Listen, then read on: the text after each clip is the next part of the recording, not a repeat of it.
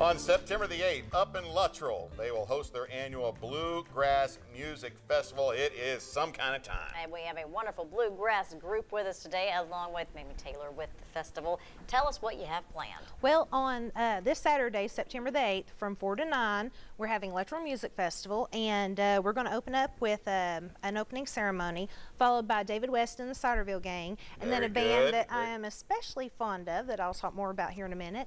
And then we have a kids' music competition, and we have Ricochet coming, the band Ricochet, and they're going to be performing at 7:30. And we brought Chris Muncie and Narrow away with us today because we are exceptionally proud of them, because two of these guys have actually been winners of our kids music competition. The guy on the banjo over here, Bobby Mink, was our very first ever winner of the kids music competition. I was taller than him back then. That is really cool though.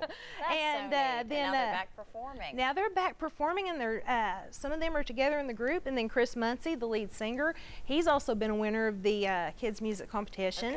And I'm just elated to see these guys together and still performing music. And they're doing a wonderful job too. And we mentioned it's September 8th. We just showed all the information. What are you guys going to perform for us?